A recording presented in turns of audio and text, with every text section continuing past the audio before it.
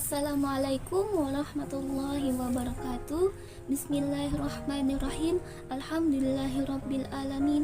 Wassalatu wassalamu ala asyrafil anbiya'i wal mursalin sayyidina wa maulana Muhammadin wa ala alihi wa sahbihi ajmain. Amma ba'du.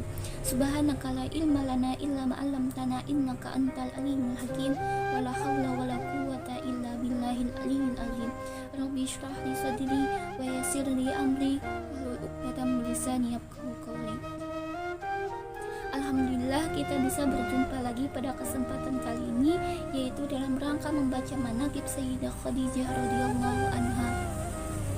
Sebelum itu kita membaca surat Al-Fatihah terlebih dahulu untuk beliau. Bismillah. Ila hadratin Nabi Mustafa Muhammadin sallallahu alaihi wasallam wa ala alihi wa azwajihi wa dzurriyyatihi wa ahli baitihi al-kiram ajmain sayyidinallahi lahumul Fatihah.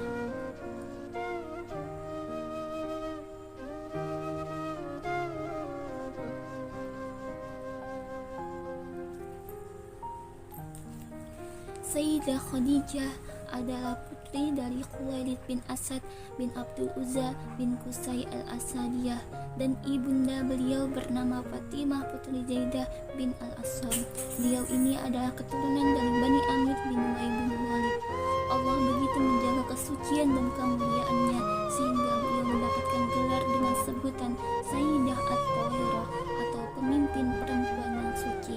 Namun gelar beliau yang sangat terkenal adalah Sayyidah Al-Kubra atau perempuan yang agung. Beliau dilahirkan 15 tahun sebelum Nabi dilahirkan ke dunia. Beliau dibesarkan dalam keluarga yang suci dan damai sehingga beliau tumbuh menjadi seorang perempuan yang sempurna budi pekerti dan ilmunya, kecantikan dan segala kelebihannya, kebijaksanaan dan kedewasaannya dalam menyelesaikan segala permasalahan yang ada. Tidak hanya itu, ia juga dikaruniai Allah dengan harta yang melimpah, namun tidak ada sedikit pun rasa sombong di hatinya. Pada suatu ketika terdengarlah dakwah dari seorang pemimpin Nabi dan Rasul, yaitu Nabi Muhammad SAW di telinga beliau. Pada saat itu beliau langsung meyakini bahwa Nabi adalah orang yang bertakwa, suci dari kotoran dosa, dan orang yang dapat dipercaya. Tidak hanya itu, beliau juga meyakini bahwa Nabi adalah orang yang jujur dan patut dikatakan jujur. Beliau adalah orang yang mulia dan tidak dapat disamakan dengan yang lainnya. Sehingga Sayyidah Khadijah merasa bahwa usaha jual belinya akan mendapatkan kesuksesan dan keuntungan besar jika dapat bekerja sama dengan Nabi Muhammad SAW. Tanpa pikir panjang, beliau menyerahkan semua barang dagangannya itu kepada Nabi Muhammad, dan ia memberikan imbalan yang sangat besar dibandingkan dengan pegawai-pegawainya yang lain. Nabi menerima semua tawarannya tersebut. Kemudian Nabi membawa barang dagangannya itu dari Mekah menuju ke Syam. Dalam perjalanan berdagang itu, Sayyidah Khadijah mengirimkan seorang pembantu laki-lakinya untuk menemani Nabi berdagang yang bernama Maisyarah. Dalam perjalanan menemani Nabi berdagang, Maisyarah banyak sekali menyaksikan keanehan-keanehan yang ia lihat dari mata kepalanya sendiri, seperti segumpal awan yang selalu menaungi Nabi berjalan dimanapun Nabi berada, patuhnya binatang unta, terlipatnya tanah untuk mempercepat perjalanan Nabi, dan kerikil-kerikil dan bebatuan yang seketika melebur saat diinjakan kaki Nabi kepadanya. Pada suatu saat, Nabi berhasil menjalankan tugasnya tersebut untuk menjual semua barang dagangan Sayyidah Khadijah Al-Kubra. Nabi pulang kembali ke Mekah dengan membawa banyak kebaikan dan keuntungan yang besar. Sayyidah Al-Kubra yang menyaksikan semua itu merasa sangat senang dan beliau memuji keberhasilan Nabi Muhammad tersebut. Sejak saat itu, kepribadian Nabi sangat berkesan pada diri Sayyidah Khadijah radhiyallahu anha dan meninggalkan perasaan yang mendalam di hatinya. Ia sendiri merasa bingung atas apa yang ia rasakan.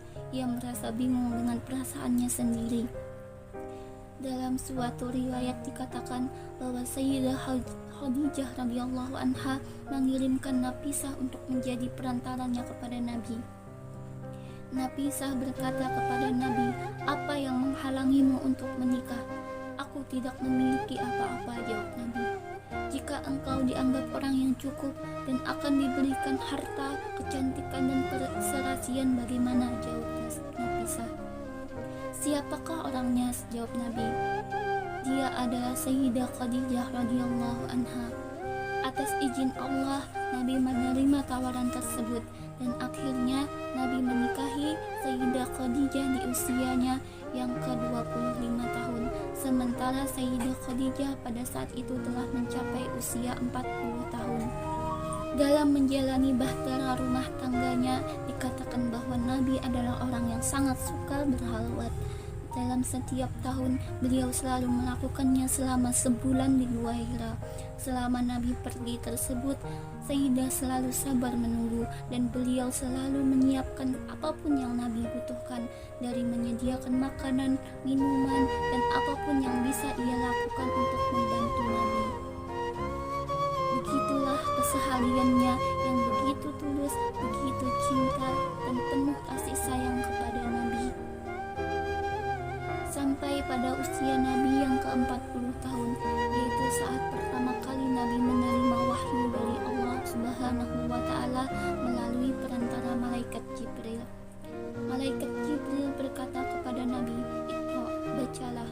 "Aku tidak bisa membaca," jawab Nabi. Kemudian Jibril memeluk dan merangkul Nabi dengan erat, kemudian menyuruhnya kembali untuk membaca, namun Nabi kembali menolaknya. Dan kemudian malaikat Jibril kembali memeluk dan merangkul Nabi dengan begitu erat hingga akhirnya terucaplah surah Al-Alaq ayat 1-5. Setelah peristiwa tersebut, Nabi pulang menemui Sayyidah Khadijah. Dengan perasaan beliau yang masih merasa gelisah, badan beliau masih merasa panas dingin atas apa yang baru saja beliau saksikan tersebut. Beliau mengatakan kepada Sayyidah Khadijah, "Selimutilah aku." Kemudian Sayyidah Khadijah menyelimuti beliau dan menenangkan beliau sehingga Nabi merasa tenang. Begitulah Sayyidah Khadijah yang selalu dapat menenangkan Nabi. Sayyidah Khadijah adalah seorang istri yang pertama dinikahi Nabi. Ia menghabiskan sisa usianya bersama Nabi dan Nabi tidak pernah menduakannya dengan siapapun selama ia masih hidup sampai ia meninggal. Dikatakan pula bahwa Sayyidah Khadijah adalah orang yang pertama kali beriman kepada ajaran Nabi. Ia meyakini dan membenarkan semua ajarannya dan menolong serta mendukung perjuangannya. Sampai-sampai saking cinta dan tulusnya ia kepada Nabi, ia mengorbankan seluruh kekayaannya dan hingga ia menjadi orang yang miskin dan tidak mempunyai apa-apa lagi. Hingga sampailah suatu saat ketika beliau wafat. Pada saat itu, Nabi langsung yang turun dalam penguburannya. Nabi langsung yang merapikan tanah-tanah di atasnya dengan tangan beliau sendiri. Dan itu adalah salah satu keistimewaan dari Sayyidah Khadijah yang diberikan Nabi kepadanya dan tidak Nabi berikan kepada istri-istri beliau yang lainnya. Nabi tidak pernah melupakan rasa cintanya kepada Sayyidah Khadijah walaupun ia sudah tiada. Nabi selalu mengirimkan hadiah kepada keluarga dari Sayyidah Khadijah. Nabi selalu menyebut-nyebut nama Sayyidah Khadijah. Nabi selalu menyebut-nyebut kebaikan yang pernah Sayyidah Khadijah lakukan. Ia selalu memujinya dengan berbagai pujian yang indah, selalu mendoakan dan memohonkan ampunan untuknya kepada Allah Subhanahu wa Ta'ala. Hingga Karena perbuatan Nabi tersebut, Aisyah radhiyallahu anha merasa cemburu dan mengatakan, Allah telah menggantikan untuk dirimu yang lebih cantik daripadanya, seorang gadis yang masih belia. Nabi yang mendengar perkataan tersebut merasa marah dan beliau mengatakan, Allah tidak akan menggantikan untuk diriku yang lebih baik daripadanya. Dia Sayyidah Khadijah telah beriman saat yang lain kufur kepadaku, dan dia telah membenarkanku saat orang lain mendustakan diriku, dan dia telah menolong diriku saat orang lain mengusirku, dan dia telah melapangkan hatiku saat orang lain menghalangiku, dan dia pula telah mengaruniakan keturunan kepadaku saat istri-istriku yang lain tidak dapat memberikan keturunan kepadaku. Setelah itu, Aisyah radhiyallahu anha langsung tertunduk dan menyesali perbuatannya tersebut, dan ia segera memohon ampun kepada Allah Subhanahu wa taala atas apa yang ia lakukan dan ia ucapkan. Baiklah, itu tadi sedikit manakib dari Sayyidah Khadijah radhiyallahu anha. Semoga kita bisa mengambil hikmah dan pelajaran daripadanya. Mohon maaf atas segala kesalahan ataupun kekurangan dari yang saya ucapkan dan saya sampaikan tadi. Wallahul muwaffiq ila aqwamit thoriq. Wassalamualaikum warahmatullahi wabarakatuh.